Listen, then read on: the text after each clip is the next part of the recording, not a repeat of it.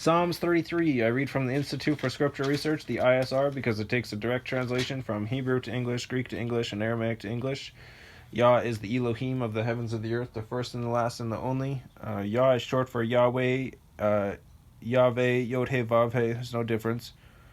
Yah is the Elohim of the heavens and the earth, the first and the last and the only. And Yah is also an extremely jealous El. He doesn't want the names of idols or mighty ones to come to our lips. And the letter J is about 600 years old. The son of Elohim, Yehoshua, died on a stake for the sins of all of humanity more than 2,000 years ago. And a direct translation from Hebrew to English, Yehoshua is Joshua. Psalms 33. Shout for joy in Yahweh, you righteous. Praise is fitting for the straight. Praise Yahweh with the lyre, Lyre. Sing to him with an instrument of 10 strings. Instrument with 10 strings. Would that be the harp? Does the harp have 10 strings? That's the only instrument I can think of that has 10 strings, but that shows how much I really know about musical instruments. Next to nothing. Sing to him a new song, play sweetly with a shout of joy, for the word of Yahweh is straight, and all his works are in truth, loving righteousness and right ruling. The earth is filled with loving commitment of Yahweh. By the word of Yahweh the heavens were made, and all their hosts by the spirit of his mouth, gathering the waters of the sea together as a heap, laying up the deep in storehouses. I actually don't know what that means. Laying up the deep in storehouses. Oh, never mind. Gathering the waters of the sea. That's what it means by the deep. Just a little slow, but I get it.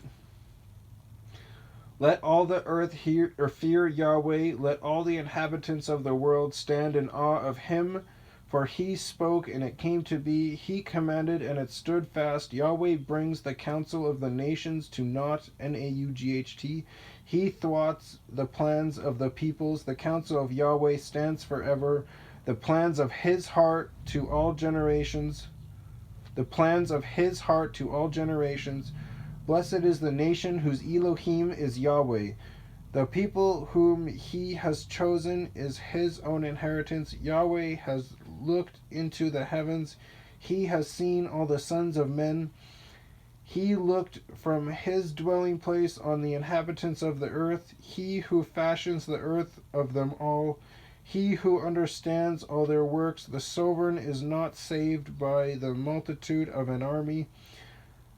A mighty man is not delivered by great strength. A horse is a vain means of safety. Neither does it rescue any by its great power. See, the eye of Yahweh is on those fearing him, on those waiting for his loving commitment, to deliver their being from death and to keep them alive during scarcity of food. Our being has longed for Yahweh, our help and our shield is he, for our heart does rejoice in him, for we have put our trust in his set-apart name. Let your loving commitment, O Yahweh, be upon us, even as we wait for you. Yeah, those people in the villages or the cities from before, earlier on books in the Bible, they were eating their own children. Those are people who have no faith in Yahweh. Savages. Anyways.